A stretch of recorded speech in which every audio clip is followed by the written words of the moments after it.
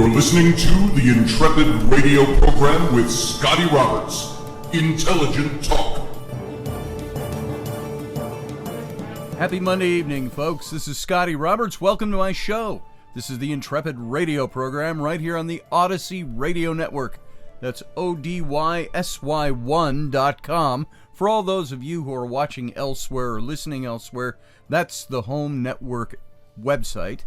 ODYSY1.com. You can come on over, see all the goodness that's Odyssey Radio, find out all the outlets where you can listen to this show, or watch it over in simulcast video on my YouTube channel. Going on right now with the live chat room of brother and sister Intrepids. And they're over there right now talking up a storm, and you can find that at my YouTube channel, youtube.com/Mr. Scotty Roberts. Welcome back to my show this Monday. Sorry I had to take Friday off. And just a brief explanation. Many of you already know this that are regular listeners. On Friday morning, I had a heart attack. And you'd never know it by looking at me now. But Friday morning, I was sitting right here prepping for this show. I was throwing up photos into my recording program so I could show those off during what we're talking about tonight, Senenmut and Moses and so on, as a kind of dovetailing off of the series we did last week. And I sat here and I got just to give you an idea, as you all know, I had the heart surgery 3 years ago. I had a heart attack, and it seemed mild to me then. It felt like my shoulder, an old rotator cuff issue, and for about 3 days. And I was like, man, I slept on that really wrong. And that was 3 years ago. And then it started going down into my upper chest and into my armpit. And then that's when I thought, okay, maybe we should have it looked at. Sure enough, I went in, they put a stent, they ran up a stent, and then the next morning said, hey, we got to go in. And hence the big lovely, there you go. For those of you who haven't seen it, the big lovely scar I have and all the markings on my skin because of it. And so that was 3 years ago.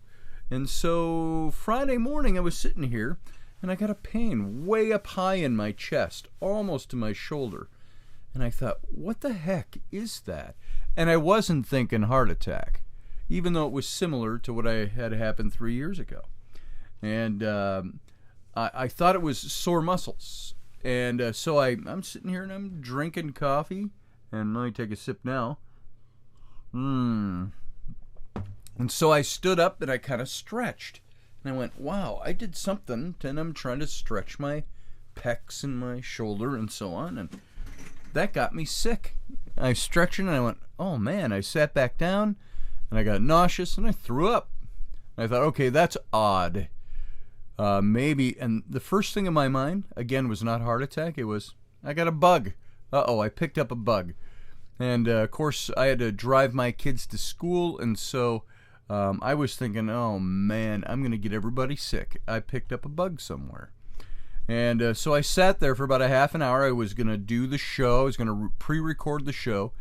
And I'm sitting here drinking coffee, and for about a half an hour, and I felt that pain in my chest kept getting more intense. It wasn't here in the center. It wasn't to the left. It was way over to the left near my shoulder. And then it started wrapping around into my armpit again, and I thought, uh-oh. Now that's a sign of having had a heart attack once.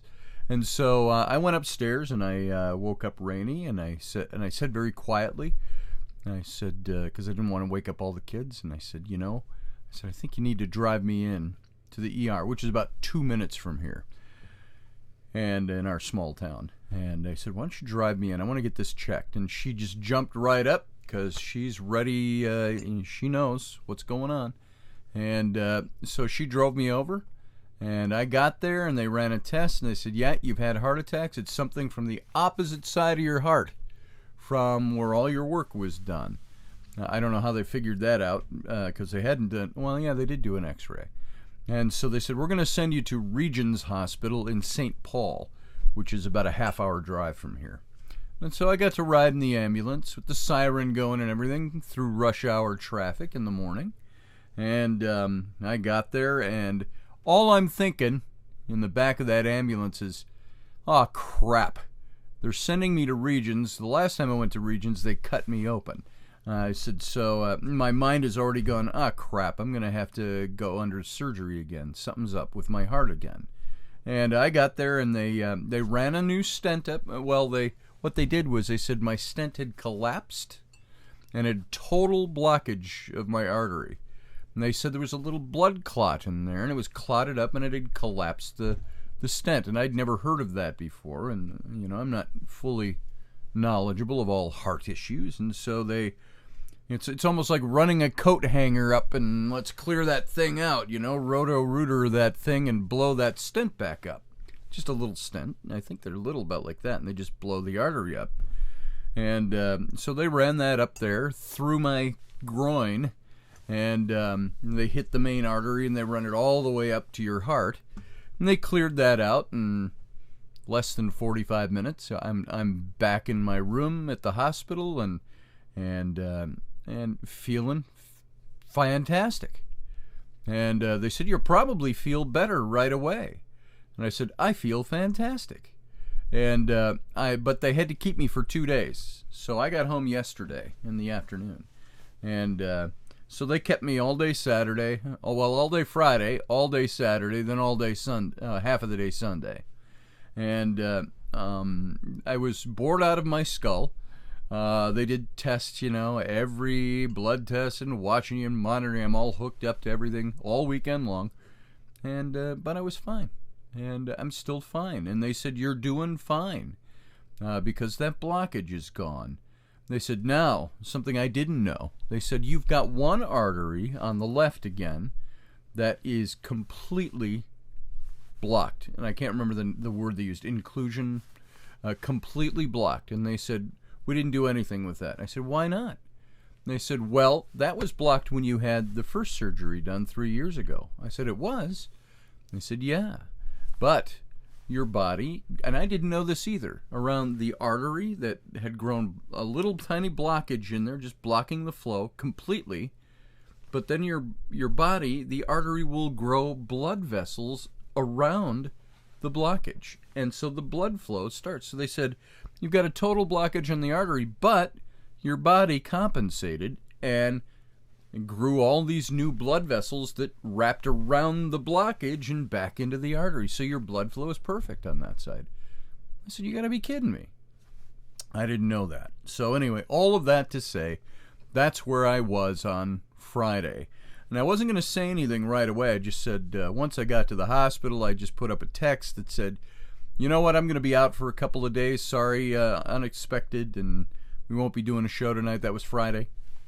And then by Saturday, I think, I don't know when I put the post up, maybe later on Friday, that I'd had a heart attack. And so there it is, folks. That's what happened on Friday.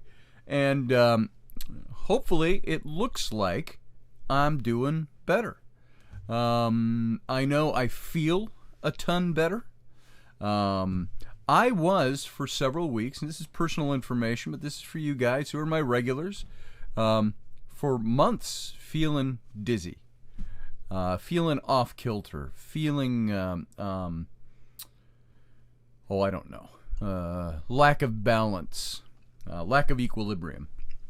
And that went away, too. I don't know how connected that. I asked the questions, and nobody really gave me a clear answer. They were like, yeah, that can happen too. It could have been the meds. It could have been, whatever. But so the upside is, and knock on wood, I feel fantastic. I feel normal. I feel like myself. I've been run down lately and just feeling worn out all the time. And some of that's due to I don't sleep a lot. But so there you go. And they did tell me I have to stop smoking. Now, I'm not a heavy smoker. And after I had the original surgery, they said you got to stop smoking. Well, I'd been smoking about a pack and a half a day at that point. And so I stopped altogether for about 6 months. Then something happened, and I picked up a pack because I was all stressed out. And I go, oh, smoke would taste good right now, and started smoking again. So, and I was up to last week when I was smoking 3 cigarettes on the low side, maybe 6 cigarettes on the high side per day. So I'd gone from 30 cigarettes a day to 3 to 6 cigarettes a day since the open heart surgery. And my doc said, yeah, that's a good start, but I'd really like to see you be done. And so they told me, and of course they just preach the no smoking at you when you've got what's added for me. I've got diabetes as well. And so if any of you out there have diabetes and you smoke, you could blow up your hearts really easy. Because what does diabetes do? You know, when you have diabetes, sometimes you get the neuropathy in your fingertips and in your toes. You can't feel things because it starts to shut off your blood vessels. And so what it does to your heart when you have diabetes, it shuts down your blood vessels, closes them up, clamps them up. When you smoke, nicotine apparently does the same thing. It can have an effect of closing up your blood vessels, even when you're healthy otherwise. And so if you have diabetes and you smoke, and you heard how my artery had grown new blood vessels all the way around, I suppose if I want to kill all those off and freeze those up, I could just not control my diabetes and smoke too much. So there you go. So they said the safest thing for you is to stop smoking. So I'm going to stop smoking. So cigars, maybe now and then, because I don't inhale a cigar. I don't put that down in my lungs. So maybe like I already do once or twice a year. So all that to say, that's what's gone on. That's the result of it. I feel great. For those of you who wrote to me, sent me messages, thank you very much. And I've taken 12 minutes now to talk about my health on this show. And so we'll move on away from that and into tonight's show, which will go into tomorrow night, I'm sure, because I'm using up a lot of time talking about this stuff. So, but I just want to keep you up to date. And there we go. So thanks for all your love and care and your concern. Thanks for all the messages. I got like 500 messages, believe me. And I appreciate that from you all. I'm sorry I can't answer them all. I'd be taking a week to write answers. So thank you very much for the love and concern and the friendship. There we go. Let's move on. Tonight, I want to talk about, remember we were talking about Heka and Hecha magic in Egypt and how that was demonstrated in the magic of the Exodus. Moses in the Exodus and the 10 plagues. And so we started talking about how in and all of that is the story of Moses. And who was he? And I wanted to jump into that again, even though I've talked about that a couple of times on this show. And when I read my book on the Exodus, the book I wrote with John Ward, and also at a couple of other occasions, I've mentioned Senenmut, Hatshepsut, and these characters. And I thought it'd be a great time to dig into a little more detail about them, which we started to do last Thursday. Oh, and one other thing I want to tell you before I jump back into this, because it's sticking right here. It's on a memo pad. My wife posted this over the weekend. And this is a little drawing she did. See, it's a hot dog, and he's holding a bag of popcorn, or a piece of popcorn, or a box of popcorn, I don't know which. But some of you have bought popcorn. This is my advertisement for the day. My kids are in Cub Scouts, scouting, and they sell popcorn. And this is the time of year they do that. So I'm going to give you all a link in the chat room where you can go and buy popcorn. If you're on my Facebook, go to my Facebook, look for that picture. This is a picture my wife told my kids, without asking me ahead of time, that if you guys meet your goal of $6,000 in popcorn sales, then Dad will get this tattooed on him somewhere. And by the way, meeting their goal, selling that, yes, it benefits the Scouts, the Boy Scouts of America, the Cub Scouts of America, but it also helps them pay for camp. And when you've got 3 kids going to scouting camp, well, I think only 2 will go this year because Ellery's only in kindergarten. They might have a day camp. out there, but it ends up costing us, $600. So it's nice if they sell their goal, they get their camp covered, and that helps us out. That helps them out, and so and I'll have to get this tattooed on my body. And I said I'd do it. I agreed to it. If they make their goal, now you can help them make their goal, and I'll post a link on my Facebook. There's one there now. Look for this picture over on my my Facebook channel, and help out Flynn and Rowan and Rainey, and you'll see what's going on with the scouting popcorn. It's good stuff. So ask Leslie, she knows, she got some. Ask Audrey, she knows, she got some. So that's it. Now I'm going to move back into Senenmut. Thanks everybody, by the way, for indulging me for the first half of this first half of the show with all my personal junk. I appreciate that, and I appreciate the fact that you're still here and you're still listening despite all that stuff. So let's move on. Hatshepsut, we talked about her.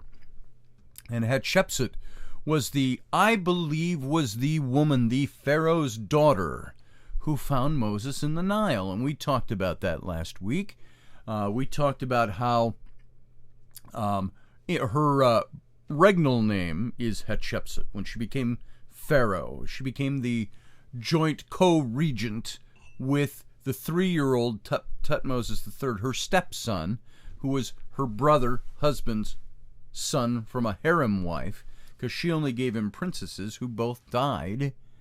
Tutmosis III was 3 when her husband died, and so she took over as co-regent with the 3-year-old, and within 6 years she had declared herself Pharaoh. And she moved the boy up to the northern palace in Mennefer, or Memphis. Remember we talked about that last week? Memphis is at the mouth of the Nile Delta, and just south of what is today Cairo. And you can go to Memphis today. Mennefer was the old name. And that's where the northern palace was. And of course, off to the east in the north of Memphis, Mennefer, and what's now Cairo, would be the land of Goshen, that fertile land where the Israelites had first settled in Egypt and then lived there as slaves. And when they left, they used the Wadi Tumilat and moved over to the Bitter Lakes, or the Sea of Reeds, to the north of the Red Sea, and all of that. We talked about that when we were talking about the plagues and the magics of the Red Sea and so on. And so Hatshepsut became the ruler, and I want to show you a few pictures and a little theory. Remember I talked to you, I have a theory about the Princess Neferuri? Because it's well known that Senenmut and Hatshepsut were lovers. Now, if she indeed was the young woman who found him in the Nile, remember that? I believe she was, during the reign of her father Ahmoses the first, and Tutmosis the first was her father, and I believe that she found the young boy in the Nile. She would have been 7 to 10 years old. She adopted him. She cared for him. She brought him into the palace. And then eventually she gives him the name Senenmut. This guy back behind me over here. Senenmut meaning mother's brother. I, your mother, elevating you to status of brother to the gods with me. And they were also lovers. And all through her reign and the time that Senenmut was alive. We're going to cover that a little bit in the second segment. But I wanted to show you a couple of pictures tonight. This is the painting of Hatshepsut that I did. All right? Now, this is what I believe she looked like. This is based on the statues I saw of her. And she now this is my own illustration of her. But it inadvertently looked a little Angelina Jolie-ish. I did not intend that. But this is based on the facial structure of her statuary. Now, they said as she got a little older, into her middle age, that she put on a lot of weight, that she was probably diabetic, and that's what eventually killed her, was illnesses due to complications of diabetes. And I've got a couple of other pictures of her here. Let's put these up as well. I'm going to show you this one now. This is a little statue of her when she was younger. And you can see she looks a lot younger there. And there's a reason I want to show you this picture of this image. This is Hatshepsut before she's the pharaoh, or just after she's the pharaoh, but it's showing her in her prime. And I want to show you something. I have a theory. Let me turn this off for a second so I can talk to you. I have a theory about Senenmut and Hatshepsut. Now remember, she was married to her own brother, as they did in those old times, and thinking they were strengthening the royal blood when in fact they were weakening the bloodline. She married her brother, Tutmosis II. Now he died around age 29 or so, right in that area, leaving her a widow and leaving his 3-year-old son by a harem wife. Now she had had 2 daughters, both of whom died, but she had brought Senenmut into the household long before that. Senenmut was a tutor to the royal princess Nefruri. That's who he is with here in this little statue right above my thumb, if you're looking at the picture. That's the head of Nefruri beneath the head of Senenmut. And there were several statues found of him embracing the young Nefruri. And my theory is this, is that Nefruri, the princess, was actually the son or the child of Senenmut. And I'm going to get into that a little bit. There's not a lot to back up my claim. This is a speculation on my point, but I'll get into why I believe this. So you guys, we got to go out to break, and not quite yet. Maybe I have about a minute or two left here. And so I'm going to show you this picture again, one more time. Here's Hatshepsut. Now I want to show you a side-by-side. I want to show you Hatshepsut with the same statue with Senenmut. If you're watching, if you're not able to see this, if you're just listening audibly, I'll describe what's going on. You see a stone statue of Hatshepsut here. She's got the rounder face with the kind of almond-shaped eyes, and a very pretty statue of her. Now I want to show you Senenmut next to this statue. Now, this isn't a head-on shot of the same, but this is a statue of Senenmut with the child Nefruri. And that's Nefruri, the princess. And Senenmut. Now, I want you to see some similarities here. Look at Hatshepsut, and look at the face of Hatshepsut, the face of Senenmut. Now, this statue has an inscription on it saying that it's Senenmut. It's got his cartouche on it, his name. And this is a statue he had commissioned, but it's a statue of him. Yet he looks very much like Hatshepsut. My theory on this statue that I originally came up with, and I didn't write about this, I talk about it, so you can put this in the speculative kind of mystery camp. I think this may be a statue of Hatshepsut and the young Moses, Senenmut. And yet it's got Senenmut's name on it, so it's all encoded and all of that stuff, whatever that might be. Is this actually Hatshepsut holding Moses as a child, Senenmut as a child, as opposed to Moses, Senenmut, holding Nefruri? There's a couple of things. The young statue it's broken off, but it had the beard, fake beard on the chin, which was a male thing, until Hatshepsut took it on when she became pharaoh, and it's got the prince's lock, shaved bald with the prince's lock, you see on the left side of her head. So, now we got to go out to break. We'll talk about this more when we come back. So, I want you all to sit tight. We'll be back in just a couple of minutes, and we'll pick this up where we left off.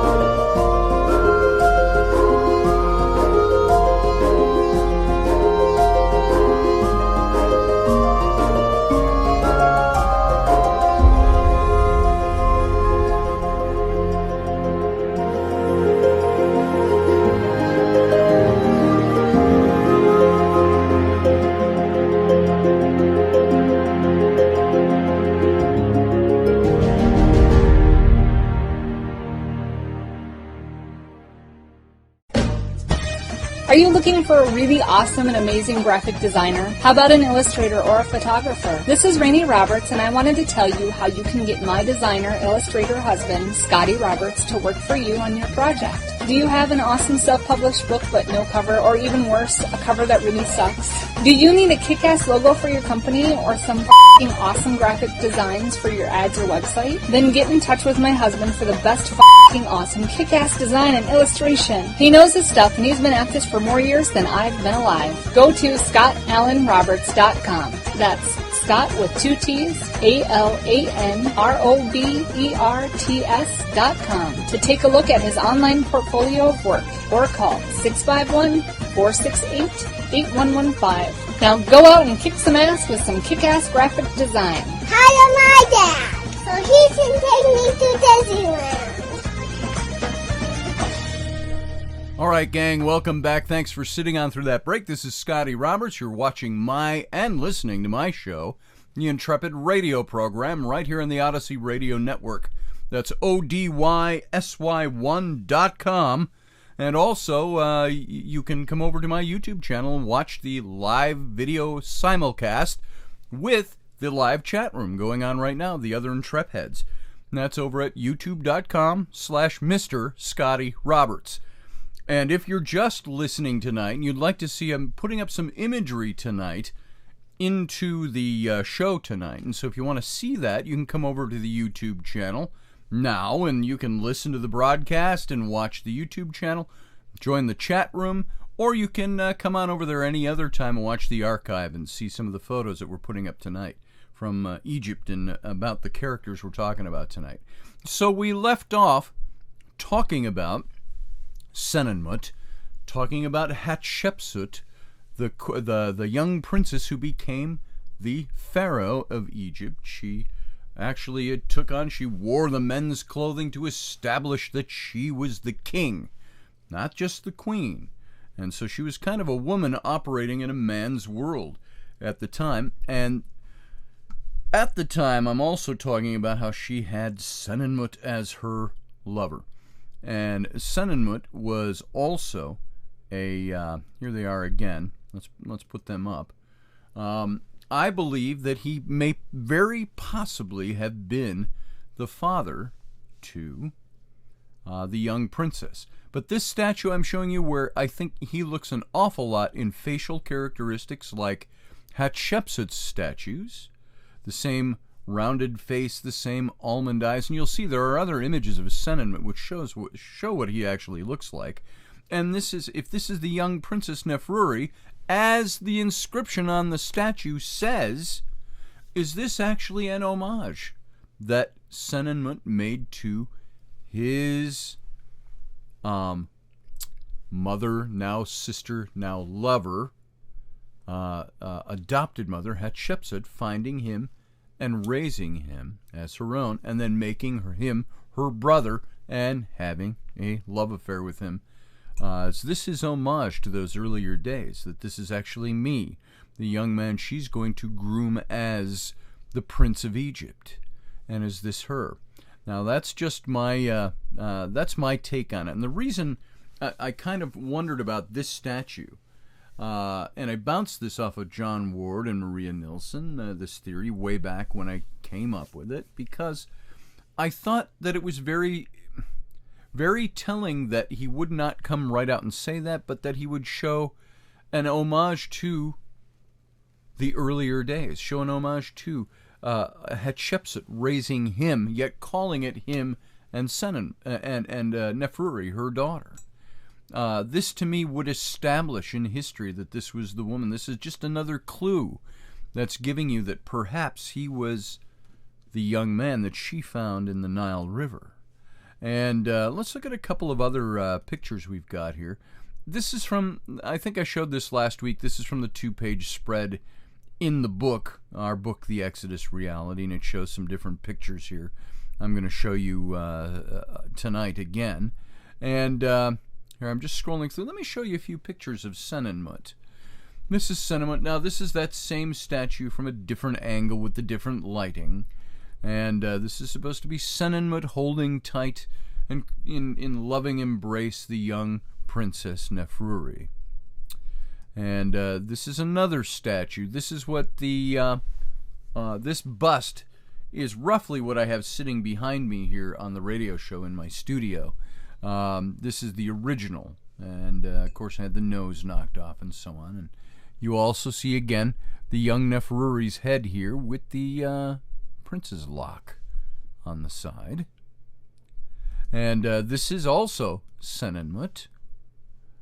You can see him here and his facial structure, looking less like Hatshepsut here.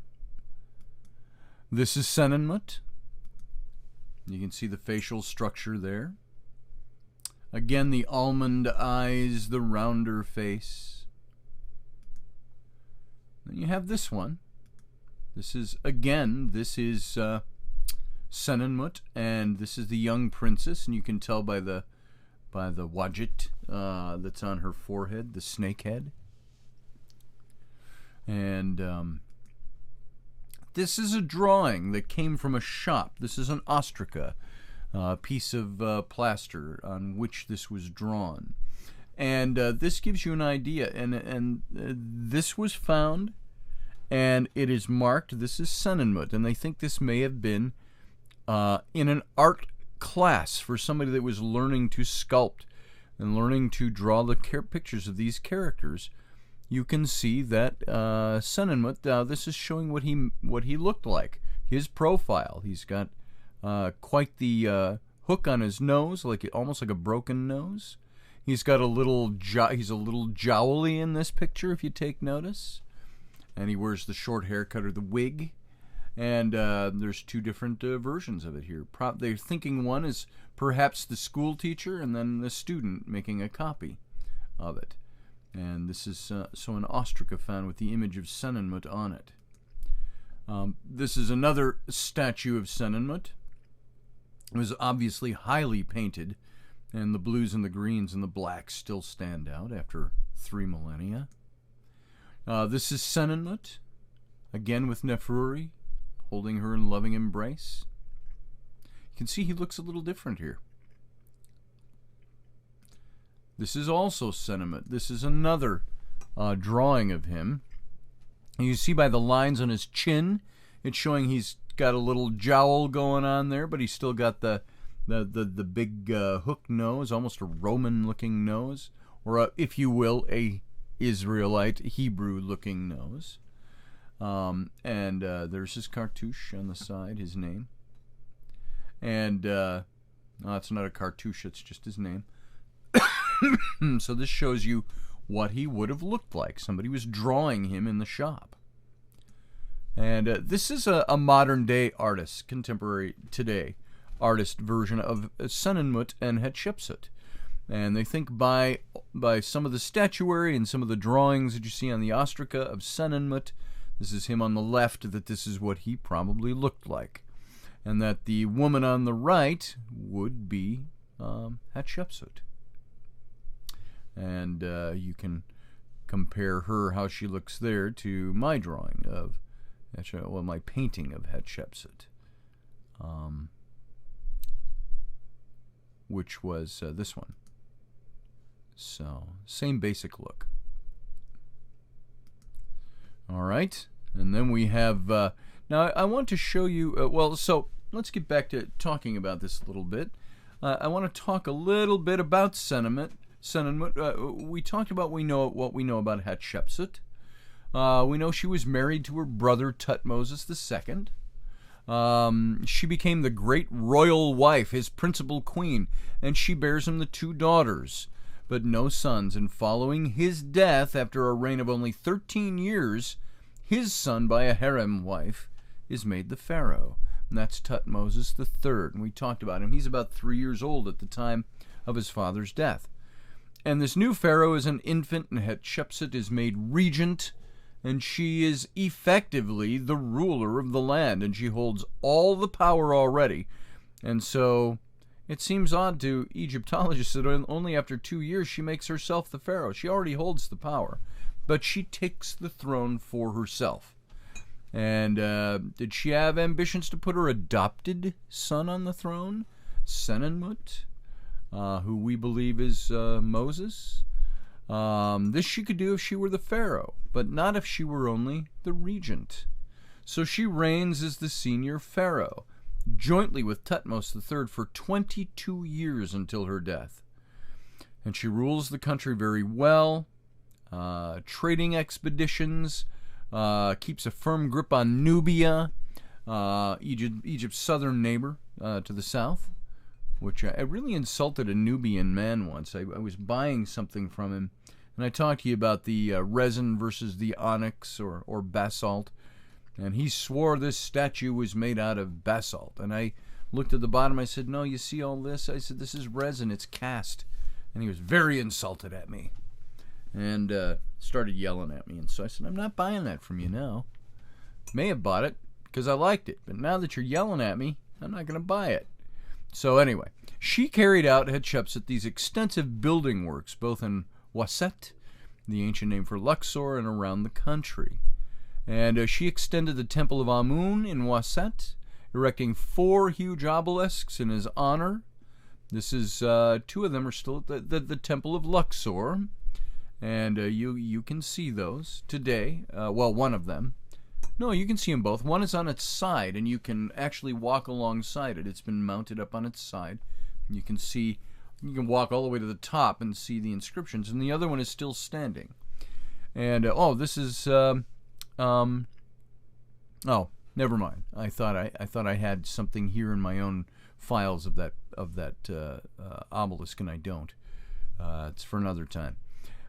So anyway, what happened to Hatshepsut's memory after her death? We established, and we talked about this, we believe it was not her stepson, Thutmose III, who's about 25 to 29 years old when he comes to power after her death. They say all her images were wiped off of her temples. They were scraped off of the temples. All of her statues were smashed or buried in a pit. And they found a bunch of her statues in a pit. And they're finding that it wasn't really her stepson that did this, but it would be her step-grandson, be the son of Thutmose III, Amenhotep II. And he did this nearly 40 years later, after her death. And at the time, by the way, of her death, Senenmut also disappears from the scene. He left behind 2 amazing tombs, and yet they found no mummy in the tomb. Both the tombs were unfinished. There is no record for this man who holds 92 royal titles, who was the Grand Vizier, 1 step away from Pharaoh, and all the titles that Hatshepsut gave him. There's no mention of whatever happened to him, how he died. Did he die? Did he disappear? There's nothing in the Egyptian record. And so she was forgotten, Hatshepsut, for over 1,000 years, until vague references to her were found by the priest Manetho in 300 BCE, when he was asked by the Greeks, in power at that time, to search out and list the pharaohs of the Egyptian history. And he found references to a female pharaoh called Amensis, who was identified later by Egyptologists as Hatshepsut, and recorded her as the 5th pharaoh of the New Kingdom dynasty, but nothing more was known of her. And it was thought that Hatshepsut's mummy had been lost, but it was recently, they believe, identified, lying abandoned in the tomb of her royal nurse Sitre, and it's tomb KV60, and it was identified by a tooth fragment known to belong to Hatshepsut. She had had an abscess tooth, and they found one of the little canopic boxes, and it was filled with resin, but when they x-rayed it, they found a broken tooth in there, and they were able to line this tooth up with the tooth that was broken off in a mummy that they found in a different tomb, not her tomb. And that's how they were able to identify her. And they're pretty sure it's her, but they're not positive. And the Egyptians believed that the preservation of the body was essential to survival in the afterlife, hence the lengths they went to preserve them. And it was the ultimate punishment to destroy a person's body. So who would have tried to remove Hatshepsut from history? We believe that it was her stepson's son, Amenhotep II. And I believe that they removed her image, and they also removed all the images of Senenmut at the same time. The action against Hatshepsut's and Senenmut's memories occurred either late in the reign of Thutmose III, when his son Amenhotep II was sharing the throne, or after Thutmose's death, when Amenhotep II was reigning alone. And it seems therefore to be Amenhotep II who's responsible for all this destruction of her images. And he would be at the correct time to see the return of Moses, demanding the release of the Hebrew slaves. The story of the Exodus describes great hardship for Egypt, and one can understand that Amenhotep II, he had fury against both Hatshepsut and Senenmut, and wished to destroy their memory, and being wiped out of history for the Egyptians was tantamount to eternal damnation. It was all in the remembrance and the speaking of the name. And so, if he eradicated all these images of Hatshepsut and all her statuary, and then they also found 9 statues of Senenmut buried in a pit in Luxor, and a total of 15 other statues of his buried, 9 of which he's holding the royal daughter. Why did he destroy all the imagery of Senenmut at the same time? When were the statues all discovered, and what did they reveal? And it was, I mentioned that James Breasted in the 1800s found the statues, and to date 26 hard stone statues of Senenmut have been identified, which causes Egyptologists to wonder what it was about this man that he was given so much status. Senenmut was treated like a royal. Now, is that because he's the Grand Vizier? Is that because Hatshepsut was grooming him to be the next pharaoh? Even though there was only about 7 to 10 years difference between them. So what do we know about Senenmut? The first thing that confronts us when we look at the records of Senenmut is how many beautiful statues of him as a young lad holding Hatshepsut's elder daughter there are. And she's there wrapped in his cloak as a baby. He sits on the ground holding her. He's holding her in his arms the way a woman would hold a child.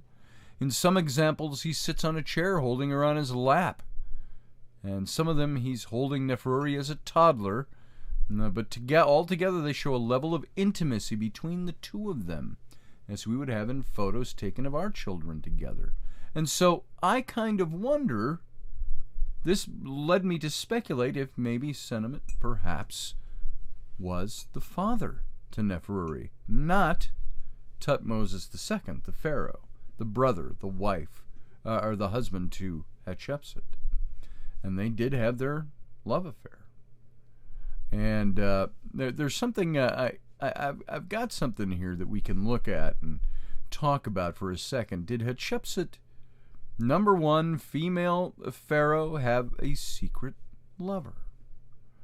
And perhaps the greatest female pharaoh, other than Cleopatra VII, Hatshepsut ruled and was not the first woman to take the power as a sole monarch, as we've talked about and covered, but she made a true name for herself, despite her nephew or stepson Thutmose III's attempt to erase it. And it wasn't really, as we found, Thutmose III, it was his son who tried to erase this.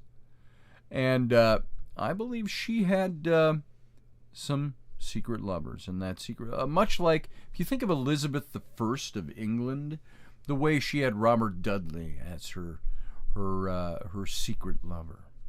Now, her minister, Senenmut, one of Hatshepsut's closest advisors, her chief steward, tutor to her daughter, was a commoner turned politician named Senenmut, a commoner turned politician.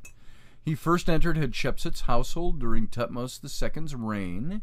He became the tutor to her only child. His close relationship with Neferuri came across in the 10 statues that he commissioned, portraying himself with her, and quite a few depict him holding her on his lap, or sitting behind her as a guardian, emphasizing his literal closeness to the royal family, the great trust they had in him, Elsewhere, he calls himself a dignitary beloved of his Lord. And he ennobled me in front of the two lands and made me the chief spokesman of his estate and judge in the entire land. So Senenmut also held high positions in the Temple of Amun, the most important of the religious institutions of his time, and supervised its vast wealth. He oversaw the erection of Hatshepsut's obelisks at Karnak, and probably played a major role in the construction of her funerary complex at Deir el-Bahri. One monument now in the British Museum calls Senenmut the overseer of all the works of the king. Now, perhaps most indicative of their close relationship was the fact that Senenmut had his name carved in Jesher-Jesheru, Hatshepsut's mortuary temple of at Deir el-Bahri, and that he built one of the two tombs near Deir el-Bahri for himself, and a graffito from Aswan, where Senenmut supervised the quarrying of granite, even shows the two face to face, and Senenmut and Hatshepsut face to face.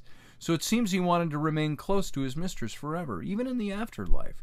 And it has been found that, and I mentioned this once before, that his tomb, which is on the front side of Deir el-Bahri, Hatshepsut's funerary temple, and I'm going to show you a picture.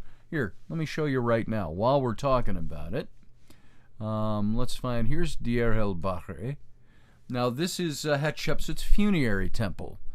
And if you look off to the left of the temple, you see it's got the two ramps, and then there's a road, a black, it's now asphalted, of course, this road that goes straight out toward the bottom of the picture.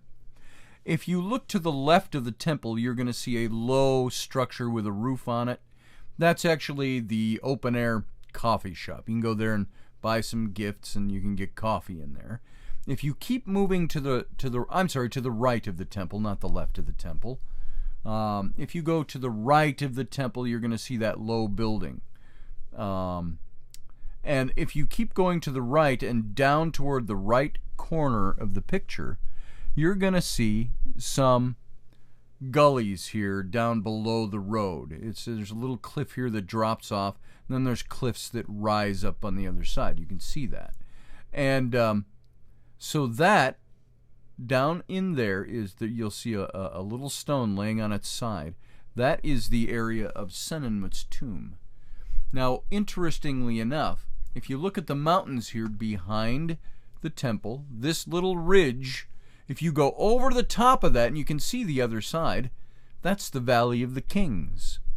And Senenmut had placed Hatshepsut's tomb in the Valley of the Kings on the other side.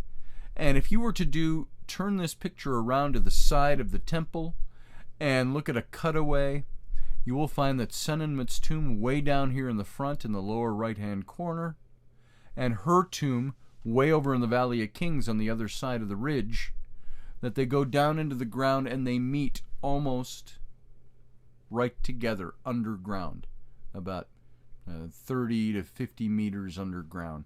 And there's a wall of stone between them, and that's it.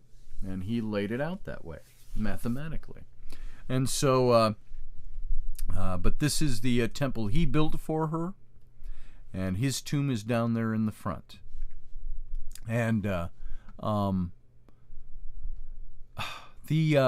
unfortunately for the Hatshepsut Senenmut shippers in the crowd, though, these individuals are not named. The ones that were these extraordinary honors of a sexual relationship. Hatshepsut never remarried. After her brother died, Senenmut apparently didn't ever take a wife.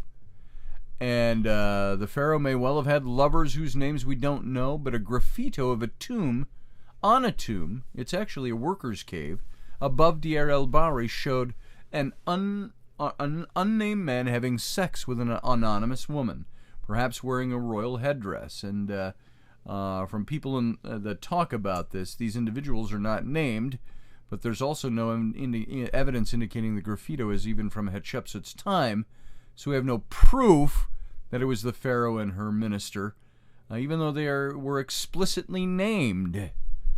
And so we don't know. But I want to show you something here. If you look at this picture again, I didn't take it down. If you look, you see where the temple is sitting. It's going to be really hard to point this out. If you move over to the right of the temple and you see the coffee shop again, that low flat roof, the couple of wooden beam pillars in the front of it, go straight up from that into the, you see the lines in the cliff sides from the demarcation of the colors of the stone. Go directly up from that. About halfway you're going to see a little cave that's sticking out there. That is the workers' cave that dates back to the time when this temple was built. Now you see that little cave? It's to the right center of the temple itself. Now we climbed up in that cave, John Ward and I and Maria, and I'm going to show you a little picture of this. Here's the entrance of that cave from the inside, looking back out, way up high in the cliff. And they had stones up in front of it, closing it off. But what's very interesting is this. I'm going to show you this this picture. Now, first of all, this is me crawling into that workers' cave, and there were inscriptions over the walls, and there's paintings on the walls, just ink line drawings.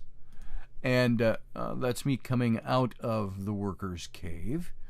But let me find the graffito. Here it is. I'm going to put this up. This graffito is what we were talking about. That's on the wall inside that workers' cave. So it dates to the period, and they think that this is Senenmut shagging Hatshepsut from behind. He's got her bent over stones, and he's doing her from behind. And the reason they think this, they think the headdress he's wearing or the short hair that it shows from the man standing, and then the woman in front is obviously a woman. They show the black, you see that black triangle in the center. It's supposed to be the vaginal area. And she's leaning on the stones, very crude drawing, but you see she's wearing the headdress, and she's wearing the false beard of the pharaoh. And so they do believe that this is Hatshepsut and Senenmut. And this is something one of the construction workers up in the workers' cave probably painted on that cave wall. And so that goes all the way back, this relationship between Hatshepsut and Senenmut. Yes, it's a bit speculative, but it's there. And I hate to say this, we're out of time. And we got to kind of leave it there with Senenmut shagging Hatshepsut. And we'll come back to this tomorrow and finish this off, talking about Senenmut, talking about Hatshepsut, talking about the Exodus and some more of the Heka magic that was involved in ancient Egypt. So thanks for being here, folks. Appreciate it. We're going to take a 23-hour break, and we'll be right back. Sit tight.